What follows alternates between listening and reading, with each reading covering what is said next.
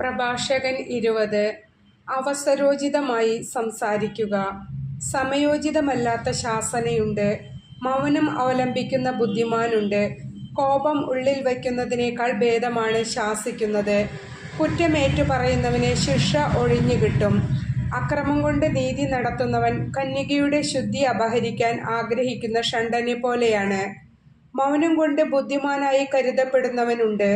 അതിഭാഷണം കൊണ്ട് വെറുക്കപ്പെടുന്നവരുമുണ്ട്. മറുപടി പറയാൻ കഴിവില്ലാത്തതുകൊണ്ട് മൗനം ദീക്ഷിക്കുന്നവനുമുണ്ട്. സംസാരിക്കേണ്ടത് എപ്പോഴെന്ന് അറിയാവുന്നതുകൊണ്ട് മൗനം പാലിക്കുന്നവനുമുണ്ട്. ഉചിതമായ സമയം വരെ ബുദ്ധിമാൻ മൗനം പാലിക്കും.